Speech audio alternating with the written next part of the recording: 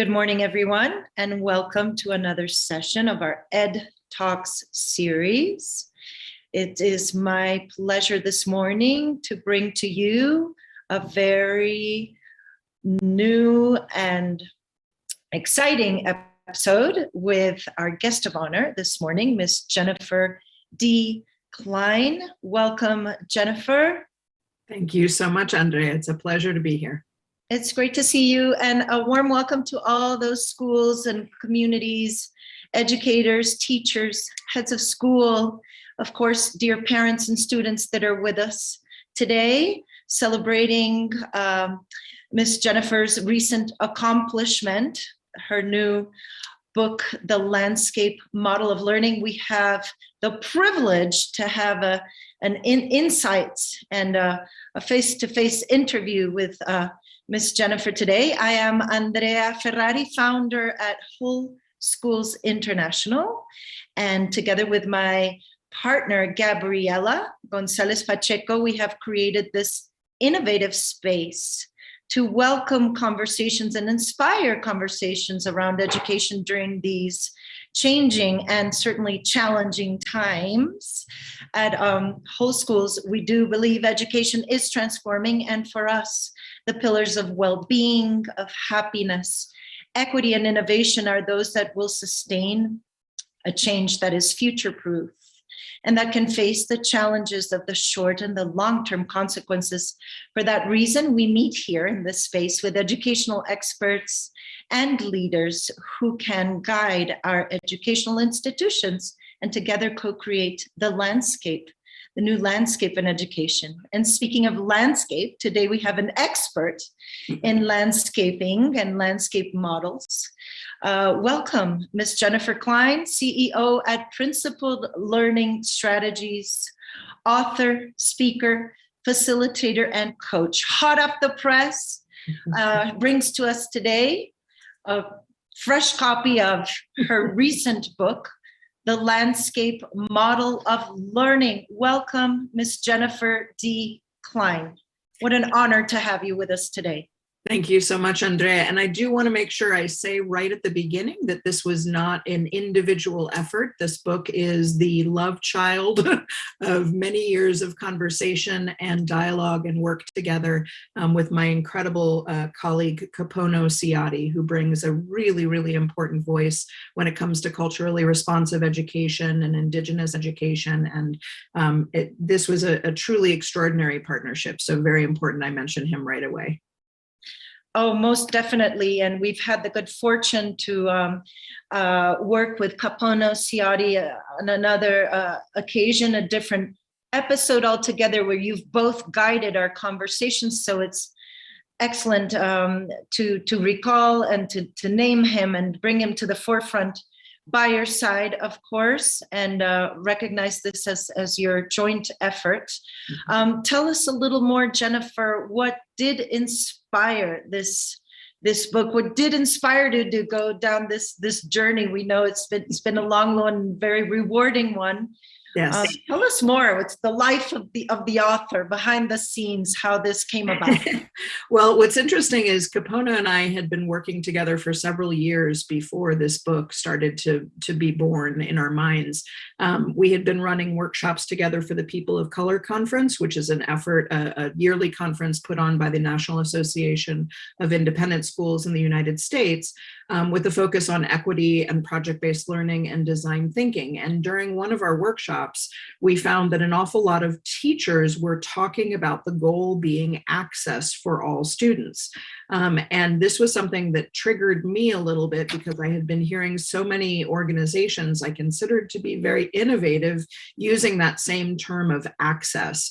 And what concerned us was that access is such a low standard. It's such a low goal to work toward. Access suggests that all students are in the room, right? That they all have some level of access to education, but it ignores the fact that many students are not well served by what they get in the classroom, and they don't actually reach high levels of success. And so we got into this sort of co-rant, if you will, where both of us were affirming each other that access was a terrible goal to work toward, and that really success, the highest level of success possible for every individual child, should be the goal, right? Not just, oh, it doesn't serve a lot of our kids and we're just going to let them slip through the cracks, but a real recognition that we needed to figure out a way to work in a more personalized way and a much more equitable way, so that all students were able to thrive in the classroom.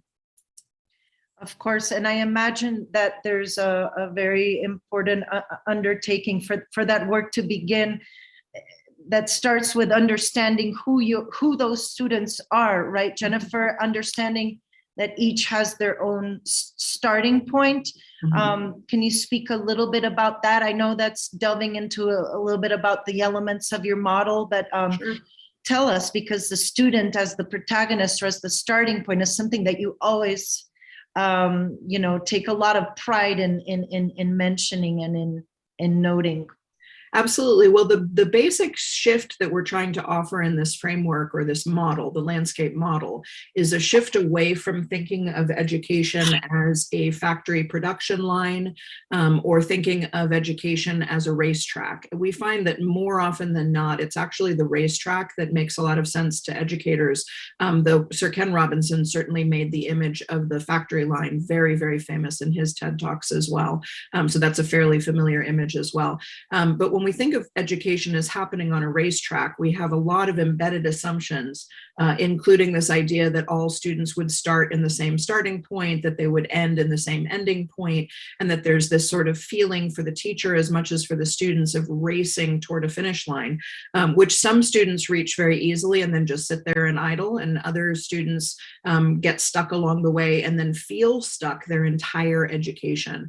So the idea with the landscape model was really to rethink the way we imagine educating groups of students to a more personalized place. The idea is that we start with this first element of the ecosystem. Where is it that each student is in this ecosystem or on this landscape? What is it that they bring into the learning environment or the learning ecosystem from their previous learning experiences, the situation in their home, the culture they come from? What are the values and goals and aspirations of their families? Have they been given opportunities along the way in education, or have they lacked those opportunities? And all of those things don't mean the kid is behind everyone else. That's very much racetrack thinking, right? When we think about it in terms of a landscape, it's as simple as they are where they are, right? This is who they are and what they bring into the landscape. Now, the next question is the horizon, and that's the second element. Where are we going to go? And that's something that's determined usually by the teacher, right? What are the goals, or by the state or by the Ministry of Education, right? What are the goals? What are the things all kids need to learn and be able to do?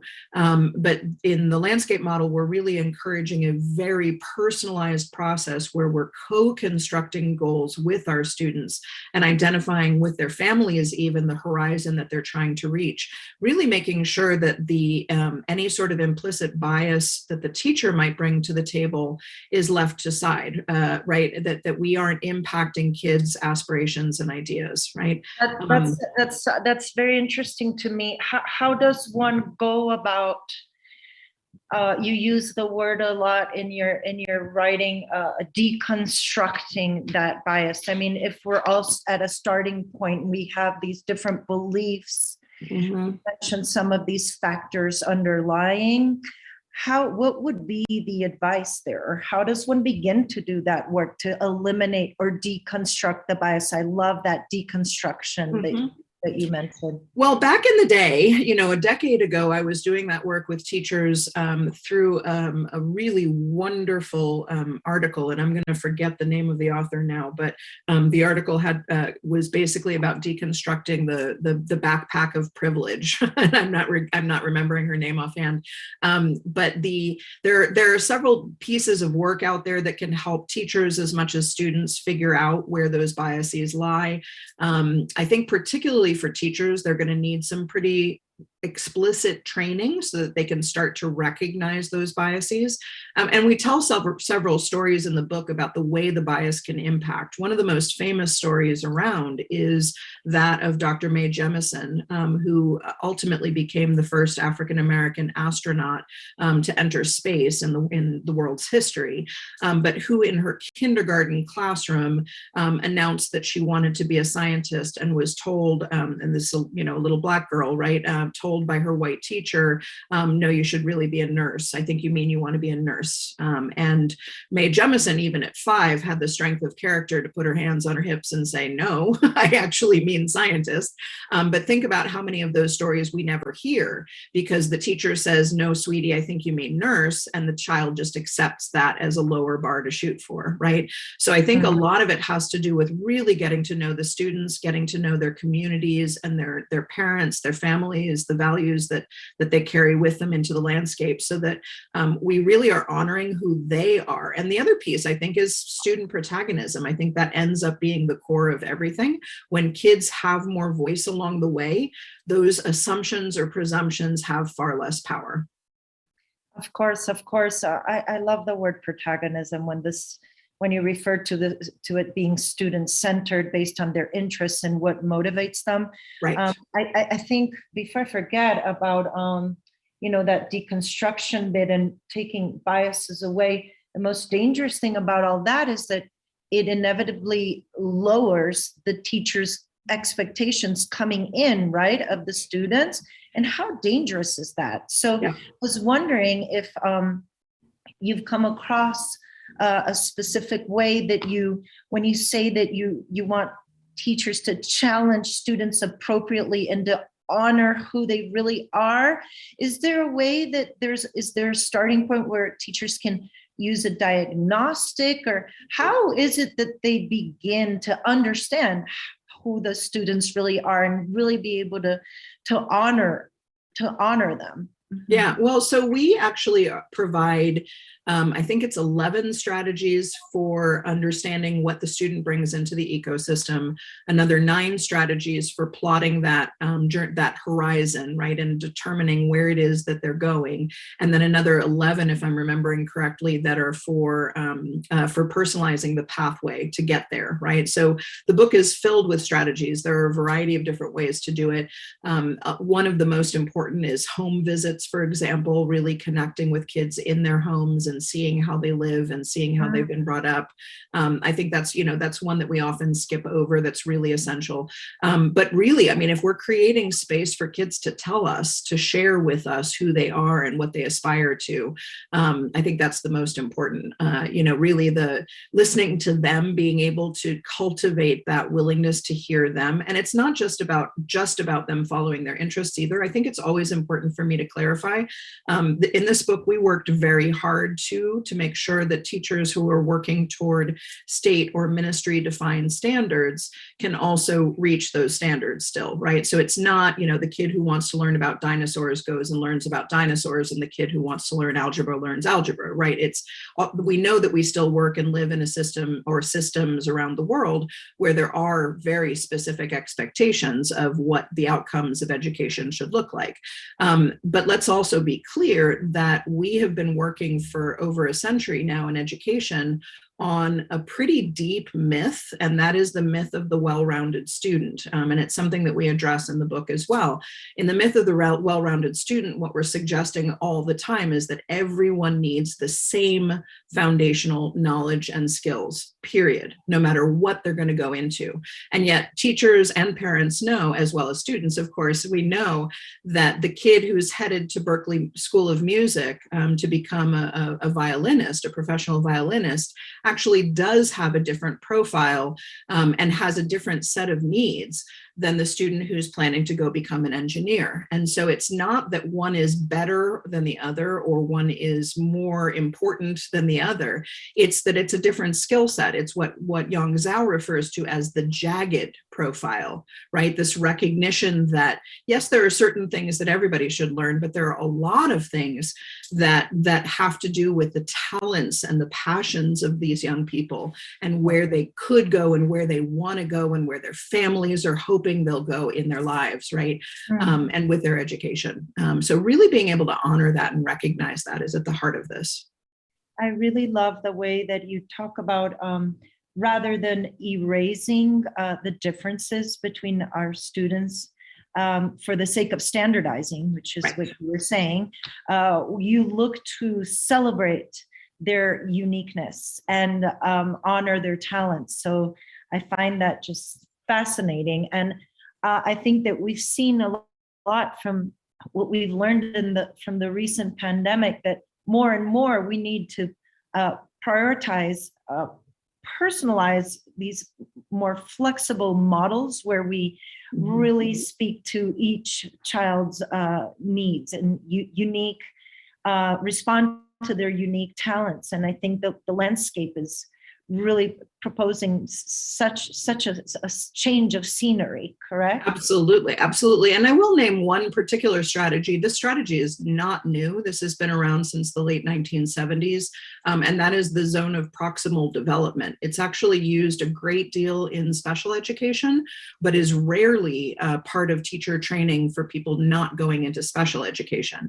But it really serves all students, and it's a series of steps or questions that help us to identify what it is that the child can do with significant support from the teacher, what the child can do with nominal or minimal support from the teacher, and what the child is ready to try to do without any support at all.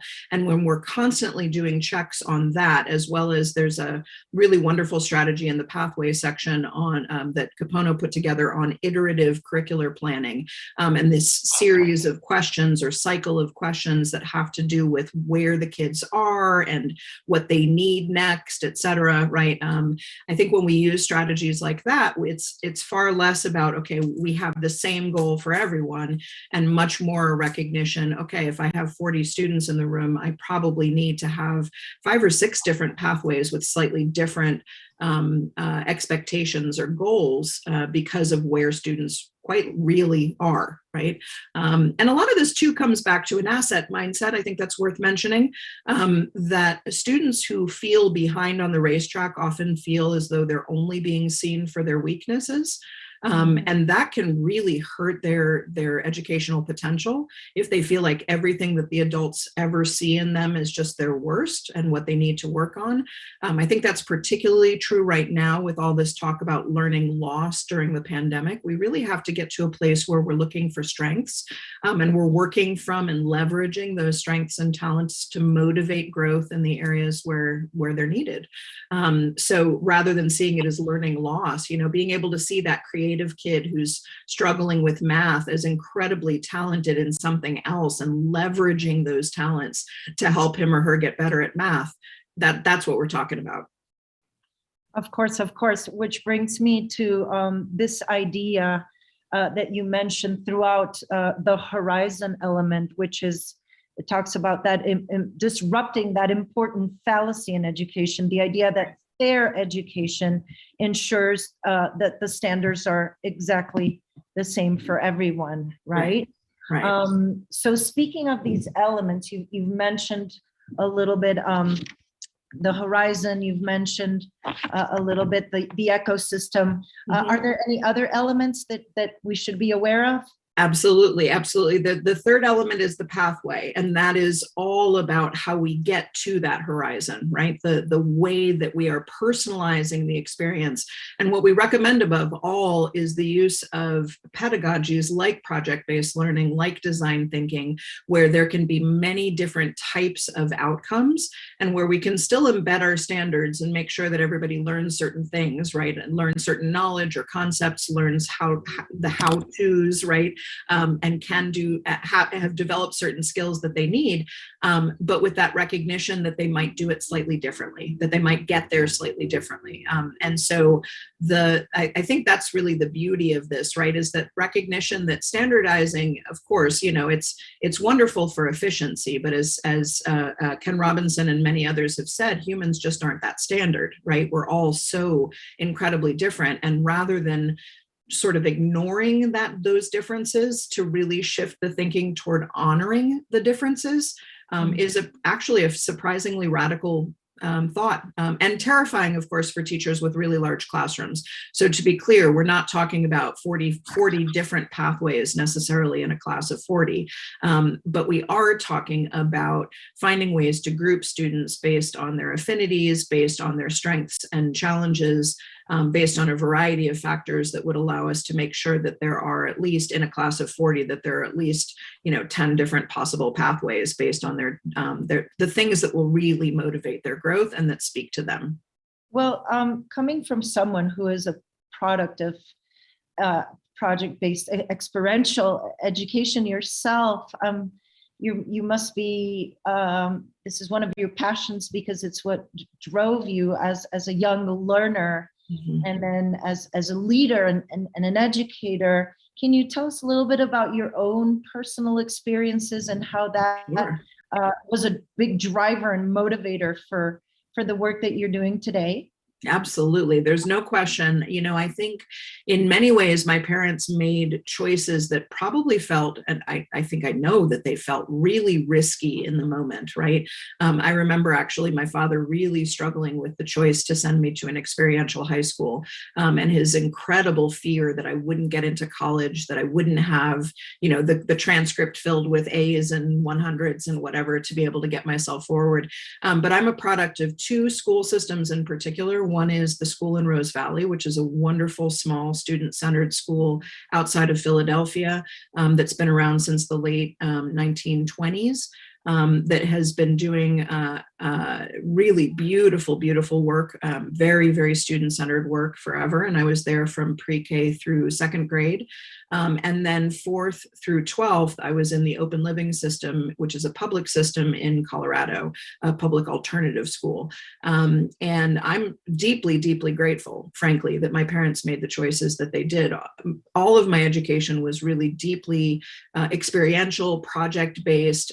As a very different thinker myself, and a very creative thinker, I felt as though I was heard and recognized for what I brought to the table. I don't remember experiences in my childhood of anybody ever saying that's not the answer I was looking for, which is a sign that the teacher has an embedded one answer kind of scenario in their head. And that's really tough on different thinkers, right? That wasn't the answer I was looking for. It happens to me occasionally at conferences, and I generally leave the session when that happens, because it feels so much like an affront to the way I think. And so I think, yeah, I definitely channel those experiences with everything that I do. Some of my most important mentors still are people who were part of that educational system and helped me to see education, that not only helped me to grow as a human, but then as I became a professional educator, their ideas and their philosophies became the foundation of what I do today. Of course, Jennifer, and even more so as a former head of school, right? Mm-hmm. With extensive international experience, you can relate culturally to so many different backgrounds throughout Latin America and beyond. Tell us how you envision what impact will this model, this landscape model of learning, if effectively adopted and adapted, would have in our school systems. If you can talk about maybe a little bit, would you envision for the short term, but maybe more longer term goals for what implications it will have for our school system? That's a great question. And given that this, it's in print as of last Friday, so it remains to be seen in a lot of ways, right? What the long-term and short-term impacts will be. We're certainly very hopeful that we will see some significant changes and shifts. I think there are definitely some real possibilities of shifts that are connected to the power of rethinking all of the standards work that we've been doing around the world, right? Not that I'm suggesting, again, I'm not suggesting that there aren't certain things that we want all students to know and know how to do, but a shift toward a less content-oriented and more conceptual and competency-oriented curriculum, I think, is one of the things that we hope to see in the long run. We would certainly love to see fewer standardized exams being thrown at kids around the world, particularly those really high stakes ones that have the potential to get them into university or not, that kind of thing. I think there's in a lot of ways, what we're talking about, honestly, is a sort of decolonization of education. And I say that not from a political perspective, sorry, very loud noise outside. I say that not from a political perspective, but from just a realistic perspective, that we have exported a form of education around the world that is very standardized, right? But indigenous ways of thinking about education, older ways of thinking about education, even the one-room schoolhouse of 100 years ago, and still existing in many parts of the world, these were frameworks that actually were far more personalized.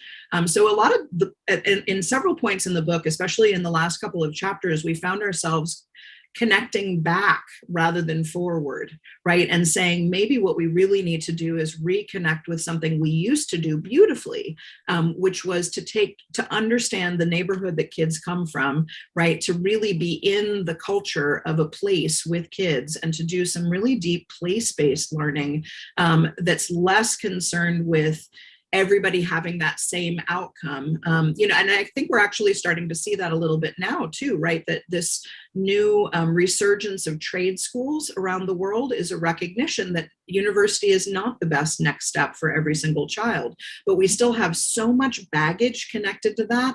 We still have so many parents and educators and policymakers who think that there's a failure in not going to university, when somebody who goes and learns a trade like plumbing can actually make a whole lot more than somebody with a bachelor's degree, right? So there's a set of biases in there, even about what success looks like, that are really problematic. And we would love to see people deconstructing that and students really being recognized for who they are and what they want to do without all of that sort of colonized educational baggage. Of course, Jennifer. For the sake of all those that are following and listening to you today and get these insights into the world of the landscape model of learning, maybe you can give us some advice. I know that schools are very varied and unique in terms of their size, the student's profile, family profile. When we think about creating a student-centered environment, are there components that will look the same across the board? In other words, what are those common denominators where protagonism is most key? And what advice can you give to those listening on the other side? How do we get started? I mean, of course, we'll run out there and get our own copies of your book, but give us some tips and some enlighten us. How do we begin on this journey? Well, I think thank you for the question, and it's a complex answer, and I'll try to do it in the moments we have left. I think there is a really important piece which has to do with true student voice and agency. And we're using that term protagonism, but in its essence, what it means is to just listen to kids, right? To truly listen to who they are, to create opportunities for them to reflect and to share who they are safely, to create a safe environment where all kinds of thinkers and all kinds of answers are seen as valid. I think that's really the starting point. And I know that it's difficult for a lot of teachers to do. I mean, I think project-based learning is certainly a set of strategies and structures that can really help teachers understand how to manage it, right? How to manage all that diversity and reach their standards still, right? But in its essence, really what we're striving for is what we're referring to as inclusive prosperity, which is this idea that that every student has skills to bear, every student can reach success, but that success may look a little bit different. So I think when we stop comparing students to each other, when we start thinking more creatively about the many different pathways that we could take to reach a given set of goals, and when we start really listening to kids, more than just that tokenistic voice of, we have a student council, we elect them every year, but we don't actually listen to what they say, and moving toward a much deeper, more true sense of agency and voice, where what kids have to say matters. And it's not because we're trying to spoil them or trying to turn them into young people who, think their ideas are the only thing that matters, right? We're also teaching them to collaborate and have humility and appreciate and honor the ideas of others. But in its essence, I think that's what it is. So there's no easy sort of, here's the way to do it kind of an answer that I can offer, Andrea, but I can say that this is not a new movement. This work has been going on for over 100 years, thanks to the work of John Dewey and many brave educators who started small schools early in the 1900s. We've got models out there. It can happen. So we just have to reconnect with that and have some courage and be willing to shift some paradigms. Oh, Jennifer, thank you for those words you leave us with so much inspiration. Thank you for reminding us of what is essential, and that amplifying student voice, bringing them back to the center, that treasured idea that they have that honorable place. They are the ones co-creating their future. And I love what you said here about that the future of the world begins in our classrooms. I mean, how inspiring is that, Jennifer? Really, congratulations on your accomplishment, on your landscape model of learning. To you, to Capono, a huge applause from us over here at Whole Schools, from Gabriella, who sends her regrets. She's under the weather today, but she's sure to enjoy listening to us at a later time. Thank you, Jennifer. We'll be following very, very closely in your process and looking at the impact that you're creating. Thank you for giving back so much of your experience, your expertise, and guiding our communities today. It's my pleasure. Thank you, Andrea, for inviting me. And I'm just sorry Capono couldn't join us, but I know he's thinking of us on an airplane someplace, and excited to engage at some point later on if you can make that happen. So thank you again, really. Most definitely, there will be other times. The best is always yet to come. Thank you, Ms. Jennifer D. Klein at Principled Learning Strategies, author, speaker, facilitator, and coach. Thank you. Thank you. Thank you. Thank you.